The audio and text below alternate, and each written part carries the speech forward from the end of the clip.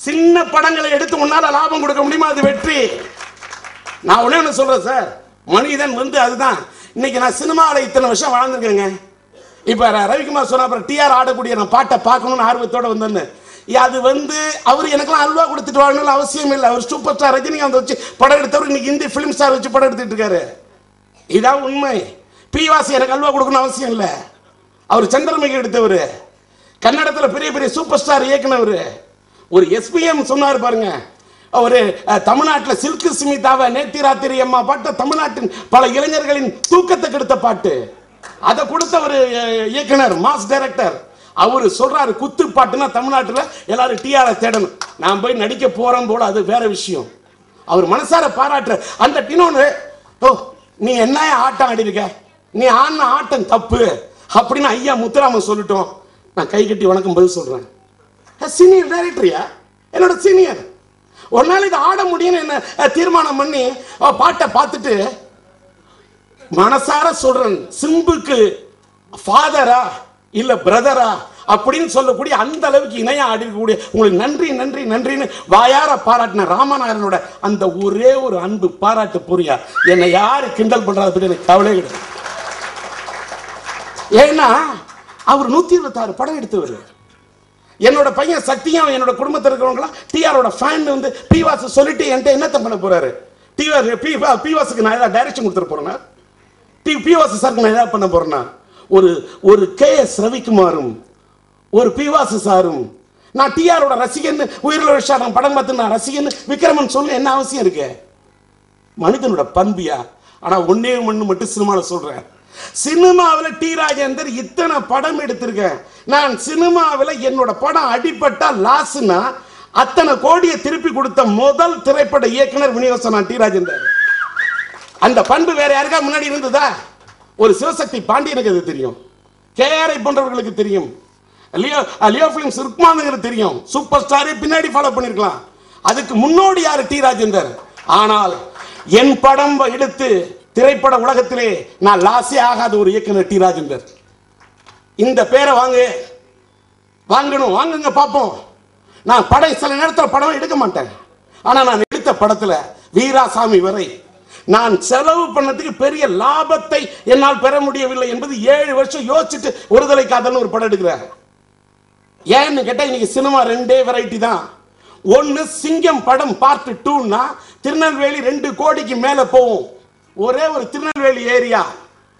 அந்த இல்ல ஒரு படத்தை டோட்டல் ஒரு புதுமுகத்தை வச்சு எடுக்கக்கூடிய சாதாரண படத்தோட பட்ஜெட் 2 கோடி. ஒரு ஏரியாவே 2 கோடி திருநெல்வேலி போகக்கூடிய படமா இல்ல டோட்டல் பட்ஜெட் 2 கோடி படமா? இதாயா ஒத்தையா ரெட்டையா? இதான் சினிமாவோட யதார்த்தம். சினிமா எப்படி வாழும்? இப்பவும் சொல்றேன், சினிமா மட்டும் நேரம். நான் எதற்காக இது சொல்லுவேன் என்று வருத்தம் யாருமே படக்கூடாது. நண்பர் விக்ரமன் புது வசந்தம் கொடுத்த சூப்பர் ஹிட் டைரக்டர், வானத்தை போல கொடுத்த சூப்பர் ஹிட் டைரக்டர். திறமை இருக்கிறது, நேரம் ஒர்க் அவுட் ஆனா மட்டும்தான் எந்த இயக்குனர் பின்னாடியும் இந்த உலகம் வரும். ரவிக்குமாருக்கு இல்லாத திறமையா, பிவாசுக்கு இல்லாத திறமையா சொல்லுங்க. இல்ல எஸ்பிஎம் அத்தனை படம் எடுத்தார, இப்ப அவரை கூப்பிட்டு ஒரு படம் இன்னைக்கு வந்து அவ்வளவு பெரிய இயக்குனர் தானே. என்ன காரணம்? அப்ப எல்லாருமே நேரத்தை பார்த்து ஓடக்கூடிய உலகம். எல்லாருமே இன்னைக்கு சொல்ற கவுண்டமணி பெரியார் கவுண்டமணி வச்சு நான் படம் எடுக்கலையா? உயிரில விஷயம் கவுண்டமணி கொடுத்த சம்பளம் சாதாரண சம்பளம். வளர்ந்த பிறகு நான் திரும்பவே இல்லை. ஒரு தில்லு வேணும். நான் கவுண்டமணி வச்சு படம் எடுக்கல. கவுண்டமணி செந்தில் காம்பினேஷன்ல எல்லாரும் படம் எடுத்தாங்க. ஒரே ஒரு படம் டி ராஜேந்தர் எடுத்தேன்னு காட்ட சொல்லு. இது வந்து நான் வந்து தலைக்கிணத்துல பேசுற தன்னம்பிக்கையின் இலக்கணம். நான் என் படத்துல காதல் எழுவதில்லை நிறுத்த வச்ச ஒரு சின்ன கேரக்டர் நிறுத்திருந்தா சந்தானம். மன்மதன் படத்துல சிலம்பரசன் ஆளாக்கி இன்னைக்கு பெரிய ஆளு வீராசாமி கூட நடிச்சார். இன்னைக்கு பெரிய இடத்துல இருக்கிறாரு. நான் அடுத்த படத்தை ஒருதலை காதலுக்கு அட்வான்ஸ் கொடுத்திருந்தேன். இன்னைக்கு சந்தானத்துக்கு பீக் நான் பின்னாடி போல. நான் ஒருதலை காதல் படத்துல இன்னைக்கு நான் சொல்றேன் 7 பாட்டு 108 பாட்டு ரெக்கார்ட் பண்ணி 7 பாட்டு 8 பாட்டு செலக்ட் பண்ணி இதை ஆட முடியும் அப்படின்னு தன்னம்பிக்கையோட ஆடிட்டு இருக்கும் போது ஆடி பாட்டும் எடுத்திருக்கேன். படமும் 45-50 நாள் ஷூட் பண்ணிருக்கேன்.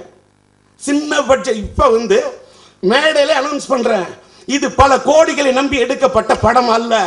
காதலில் தோத்த சில தாடிகளை நம்பி எடுக்கப்பட்ட படம் ஒருதலை காதல். போல்டா அடிக்கிறேன். நான் ஜெயிக்கிறேன். எந்த அளவுக்கு வெற்றி பெறாது கடவுளோட கையில் இருக்கு. ஆனா அந்த தில்லு, அந்த தன்னம்பிக்கை, அந்த தன்னம்பிக்கை இருக்கிறதுனால தான் இன்னொன்று இந்த படத்தில் கதை நாயகன் ஆட முடியுமா? ஆடி இருக்கேன். எப்படி இன்னொன்று அதான் சொல்றேன். ரவிக்குமார் சார் சொல்லட்டும், நீ ஆனது 8 பார் ஆனது தப்பு. ரங்கு ரக்கர ரங்கு ரக்கர ரங்கு ரக்கர ரக்கர ரக்கர ரக்கர ரக்கர ரக்கர ரக்கர இல்ல ஸ்ரீகாந்த் தேவா சொல்லட்டும், தக்கிட்ட தக்கிட்ட தக்கிட்ட தக்கிட்ட தக்கிட்ட தக்கிட்ட தக்கிட்ட தக்கிட்ட தக்கிட்ட தக்கிட்ட தக்கிட்ட தக்கிட்ட அங்கேருந்து போனேன். இந்த இப்படி சேர்த்துக்க. அதுல வந்து ஃபர்ஸ்ட் பேக்ரவுண்ட் இந்த பொண்ணு பண்றா முமைத்து முமைத்து முமைத்து முமைத்து முமைத்து முமைத்து முமைத்து முமைத்து முமைத்து முமைத்து முமைத்து முமைத்து 16 முமைத்து ஃபுல் டவுன் பாடிருக்கேன். பாடுங்க. ஒன்னேன்னு சொல்றேன், சும்மா நாங்களாம் படிச்சிருக்கிறோம், நாங்க பெரிய இது டி ராஜேந்தர் இது டிஆர் என்னமோ வாயால மிஸ்ஸி கொடுக்குறாரு, நீ வாயால காதால மிஸ்ஸி கொடு. சோறு தின்னா நீனு வாயால தான் திங்கணும், நானும் வாயால தான் திங்கணும், வேற விஷயத்துல தின்னா தப்பு. இன்னொன்னு டி ராஜேந்தர் அரட்டேரங்கம் பண்ணாலும் டப்பு. டி ராஜேந்தர் அமுல் சூப்பர் குடும்பம் பண்றேன். டிஆர்பி ரேட் இருக்கா இல்லையா? டிஆர்பி ரேட்டுக்குள்ள டிஆர் இருக்கான், இதான உண்மை. இன்னொன்னு டிஆர்பி ரேட் இருந்து அமுல் சூப்பர் குடும்பத்தில் இந்த கிரேஸ் என் படத்துக்கு என்ன ஓப்பனிங் இருக்குன்னு பாரு பாப்போம். நீங்க வந்து கிண்டல் 2 லட்சம் ரூபாய் சம்பாதிக்கிற உங்களுக்கு இன்னைக்கு கிண்டல் பண்றேன்னு சொன்னீங்கன்னா, இந்த தமிழ்நாட்டில் மக்கள் தலைவர் புரட்சி நடிகர் எம்ஜிஆரோட ரசிகன்னா அவர் எதிர்த்தாக்க நீ தமிழ்நாட்டில் இருக்க முடியாது, செத்துருவேன்னு சொல்லணும். நான் இருக்கேயா? இந்த வரலாறு நீ உருவாக்க முடியுமா? உருவாக்கிக்க. நீ இனிமே மக்கள் தலைவர் இப்ப வாழிக்க நாங்க வந்து அவர்களுடைய இது பண்ணோம். அவர் ஆத்மா சாந்தி அடைன்னு நானா நைட்டால் பாட்டு பண்ணுச்சு. நான் எம்ஜிஆரோட பரம வெறியன், எம்ஜிஆரோட ரசிகன். ஆனா என்னுடைய ஏதோ ஒரு விதி, நான் சினிமாவில் அரசியல், சினிமா அரசியல் வாழ்க்கை எல்லாத்திலையும் ஜோதிடத்தை நம்புறேன். இன்னைக்கு நான் ஒரு ஆன்மீகவாதி. என்ன சொல்ல வர? மக்கள் தலைவர் எம்ஜிஆர் அவர்களை ஏத்துட்டேன், நீ இருக்கவே மாட்டேன்னு சொன்னாங்க. இன்னைக்கு யாரோ புதுசா ஒரு ஹிஸ்டரி நீ கிரியேட் பண்ண போய் ஏத்து போறேன். சரி, 3 முதலமைச்சர் ஏத்து வாழ்க்கையில போராடி இருக்கேன், நீ பண்ணு. நான் இதெல்லாம் பண்ணிட்டு வாழ்ந்துட்டு இருக்கிறேன். நான் எந்த பெரிய சூப்பர் ஸ்டார்களை வச்சு படம் எடுக்கவே இல்லை, வாழ்ந்துட்டு இருக்கேன். எப்படி முடியும்? இந்த நாட்டில் இன்றைக்கு முதல்வராக இருக்கக்கூடிய 3 முறை முதல்வராக நம்முடைய தமிழ்நாட்டின் முதல்வர் அம்மா அவர்களை எதிர்த்து பர்கூர் தொகுதியில் போட்டியிட்டேன். ராஜீவ்காந்தி அவர்கள் படுகொலை செய்யப்பட்ட காரணத்தால் ஏற்பட்ட அனுதாப விலையில் வெற்றி வாய்ப்பை இழந்தேன். இந்த வரலாறு எனக்கு இருக்கு. குப்பன் சுப்பன் எதிர்த்து நிக்கல, துணிவு இருந்தா நீ நில்லு. இதெல்லாம் எதிர்த்து நின்றுட்டு அந்த அம்மா முதலமைச்சர் தமிழ்நாட்டில் வீட்டில் மெட்ராஸில் வாழணும். மெட்ராஸ் விட்டு வரலையா? வாழ்ந்திருக்க முடியுமா? கரண்ட் கிடைக்குமா? ஏதாவது வேற ஏதாவது ப்ராப்ளத்தை சால்வ் பண்ணிக்க முடியுமா?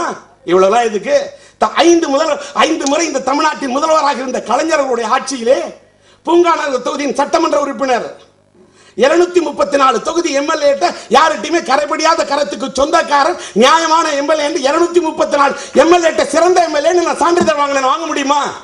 ஒரு சின்ன வேலைக்கு போறவன் கோடி கோடியா சம்பாதிச்சிடறான், கொள்ளையடிச்சுன்னு பேர் வாங்கியிருக்கிறான். சினிமாவில் இந்த நல்ல பேரை கலைஞர்கிட்ட வாங்கியிருக்கிறேன். உண்டா இல்லையா சொல்லுங்க. நீ வாங்கி கிண்டல் பண்ற. இவ்வளவுலாம் எதுக்கியா?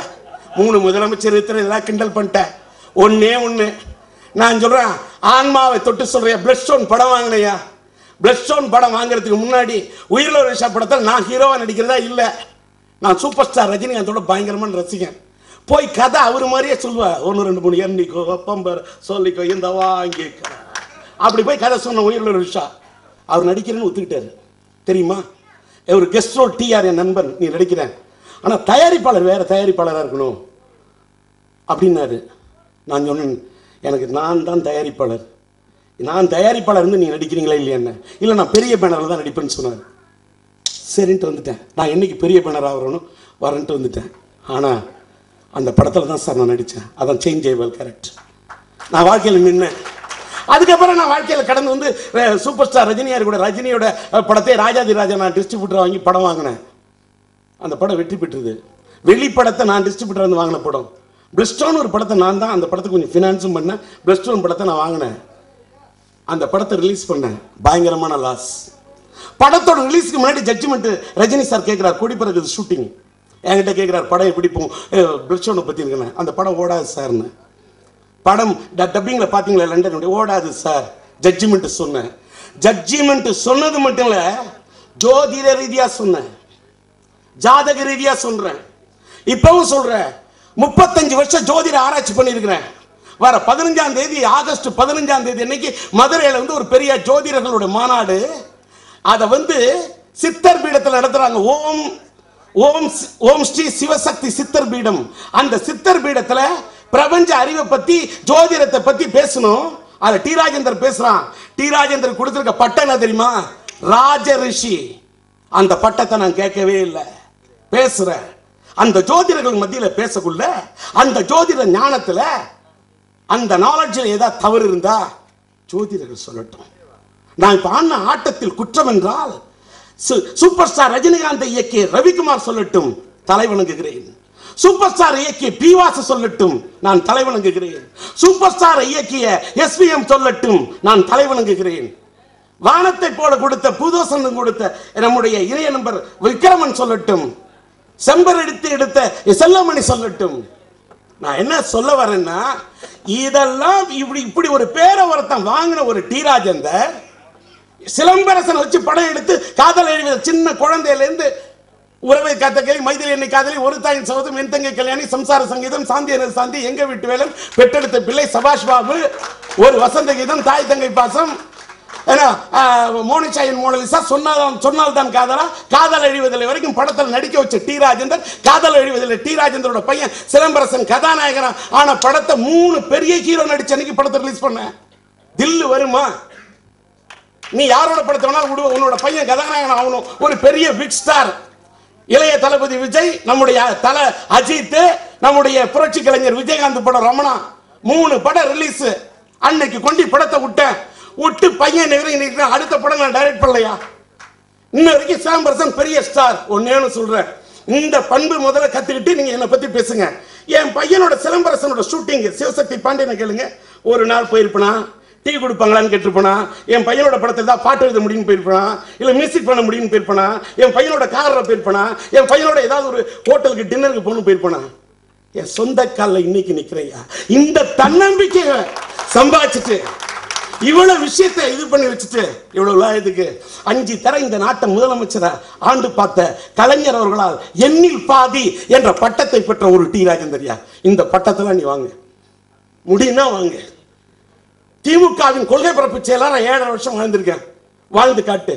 ஒரு சாதாரண கட்சி இல்லை, ஒரு மாபெரும் இயக்கம். அந்த திராவிட முன்னேற்ற கழகத்தின் 7 வருஷத்துக்கு மேல கொள்கை பிரச்சார பீரங்கியா இருந்திருக்கேன். பாட்டு கொடுத்திருக்கேன். ஏன் 5 வருஷம் பூங்கா நகர் தொகுதி எம்எல்ஏ. ஒரு சின்ன தப்பு கூட இல்லாம வாழ்ந்திருக்கேன். இவ்வளவு 32 மந்திரிக்கு நிகரான பதவி, மாநில சிறு சேமிப்பு துணைத் தலைவர் பதவி, கலைஞர் அவர்களால் கொடுக்கப்பட்ட பதவி, மந்திரி பதவிக்கு நிகரான பதவி, செக்ரட்டரியேட்ல இருந்தது ஆபீஸ்ல எனக்கு ஆபீஸ். அந்த பதவியை ஈழத்தமிழர் பிரச்சனைக்காக 6 மாசத்துல ராஜினாமா பண்ண ஒரு கவுன்சிலர் பதவி ராஜினாமா பண்ண இந்த நாடு. எனக்கு இதுக்கெல்லாம் பாராட்டு விடாவே வேணாயா. எனக்கு இதுக்கெல்லாம் புன்னாடையும் வேணாம், எனக்கு பூமாலையும் வேணாம், ஒன்னும் வேணாம். இவ்வளவெல்லாம் தன்னம்பிக்கையா நான் இருக்கிறது காரணம் தெரியுமா? கடவுள் நம்பிக்கை ஒன்னே தான். கடவுள் படியலந்தான் நான் இருப்பேன். கடவுள் நினைச்சாதான் நான் படி ஏற முடியும். கடவுள் நினைச்சாதான் ஒரு மேடையில் நான் நிற்க முடியும்.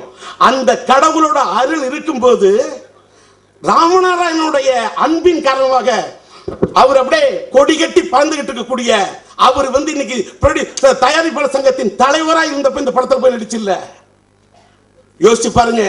உடம்பு சரியில்லாத இந்த சூழ்நிலை அவர் சொன்ன உடனே நான் போய் இந்த படத்தை நடிச்சேன். அதுதான் என் நட்புக்கு இடம், அதுதான் நட்புக்கு இலக்கணம், அதுதான் அன்புக்கு பரிகாரம். அதனால அவர் ஜட்ஜ்மெண்ட் டி ராஜேந்திரன் இந்த படத்துல ஆட வச்சா ஒரு பாட்டுக்கு தான். நான் இந்த படத்துல ஃபுல்லா நடிக்கல, யாரோ நடிச்சிருக்காங்க. ஒரு பாட்டுக்கு ஆடி இருக்கேன். இந்த ஒரு பானை சோத்துக்கு ஒரு சோறு பதம் போய் நடிச்சுட்டேன். ராமநாராயண் சார் படத்தில் நடிச்சுட்டேன். என்ன ஆகும், எனக்கு என்ன ஆகும்னு இறைவன் எல்லாம் நம்பிக்கை எனக்கு இருக்கு. நம்ம கல்யாணம் சார் சொன்ன மாதிரி இது பெரிய லட்டுன்னாரு. ஏன்னா அவருக்கு தெரியும் திருப்பதி லட்டு அதுதான் உலகத்திலே பெத்த லட்டு. అలాగే ఈ పిక్చర్ என்ன ఇస్తుంది మంచి దుడ్డు పెద్ద దుడ్డు డబ్బు. இந்த படம் பண்ணாது தப்புன்னா அதான் ஜட்ஜ்மெண்ட். அதனால இந்த படத்தோட இசை வெளியீட்டு விழா நல்ல ஸ்ரீகாந்த் நல்ல பாட்டு பண்ணியிருக்காரு. மற்ற நடிகர்கள் கலைஞர்கள் அத்தனை பேரும் நல்லா உழைச்சிருக்காங்க. அதனால் டி ராஜேந்திரன் இந்த பாட்டை தேர்ந்தெடுத்து நடிக்க வச்ச அந்த பிரெயின், அந்த செலக்ஷன், அந்த தன்னம்பிக்கை உள்ள இந்த ராஜேந்திர, எல்லாத்தை விட கடவுள் நம்பிக்கை உள்ள இந்த ராஜேந்திரை அன்பின் காரணமாக தேர்ந்தெடுத்த ராமநாராயணன் பல சாதனைகளை புரிந்தவர். இந்தியாவில் இத்தனை மொழிகளில் மட்டும் இயக்கியதோடு மட்டுமல்லாமல் மலை மொழியில் கூட இயக்கிய ஒரு இயக்குனர், ஒரு கிண்ண சாதனை படைத்த இயக்குனர். அப்படிப்பட்ட இயக்குனரோட அந்த 126வது படத்தில் இன்றைக்கு ஒரே ஒரு பாடலுக்கு ஆடை இருந்தாலும் இந்த பாட்டின் இப்பெல்லாம் இவர் ரவிக்குமார் சொன்ன மாதிரி பீவாஸ் 3 நாள் தியேட்டர்ல கலெக்ஷன் எப்படி கூட்டுற, ரோட்ல வித்த விக்கிறவங்க கூட டமக்கு டமக்கு டமக்கு டமக்கு டமக்கு டமக்கு டமக்கு டமக்குன்னு அடிச்சாதான் கூட்டம் கூடும். எனக்கு ஏதாவது ஒரு வித்த காட்டுறத தியேட்டருக்கு கூட்டம், இதான் உண்மை. அந்த வித்த, அந்த வியாபார வித்தை கற்றவர் இயக்குனர் ராமநாராயணன். அந்த வித்தை கற்ற காரணத்தால் தான் ஆடிவெள்ளி எடுத்தாலும் சரி, துர்கா எடுத்தாலும் சரி, சுமை எடுத்தாலும் சரி, எடுப்பேன் சோறு அதிலையும் வாங்குவேன் பேரு என்று அவர் பெற்றது பேரு. அதனால் தான் அவர் தேர்ந்தெடுத்திருக்கிறார் இப்பாடலுக்கு டி யாரு என்பதை எடுத்து கூறு. இனிமேல் பேசுவதற்கு ஏதுமில்லை என்று கூறி இந்த படம் அவருடைய எண்ணப்படியே வியாபார ரீதியாக வெற்றி படமாக அமைய எல்லாம் வல்ல இறைவனை பிரார்த்தனை செய்கிறேன். இதில் பாடல் எழுதிய பாடலாசிரியர்கள், பணியாற்றிய அத்தனை கலைஞர்களுக்கும் என் மனமார்ந்த வாழ்த்தை தெரிவித்துக் கொண்டு இந்த நிகழ்ச்சிக்கு வருகை தந்து சிறப்பித்த அத்தனை பத்திரிகை துறை நண்பர்களுக்கும் ஊடகத்துறை சார்ந்தவர்களுக்கும் அனைவருக்கும் என்னுடைய நன்றியை தெரிவித்துக்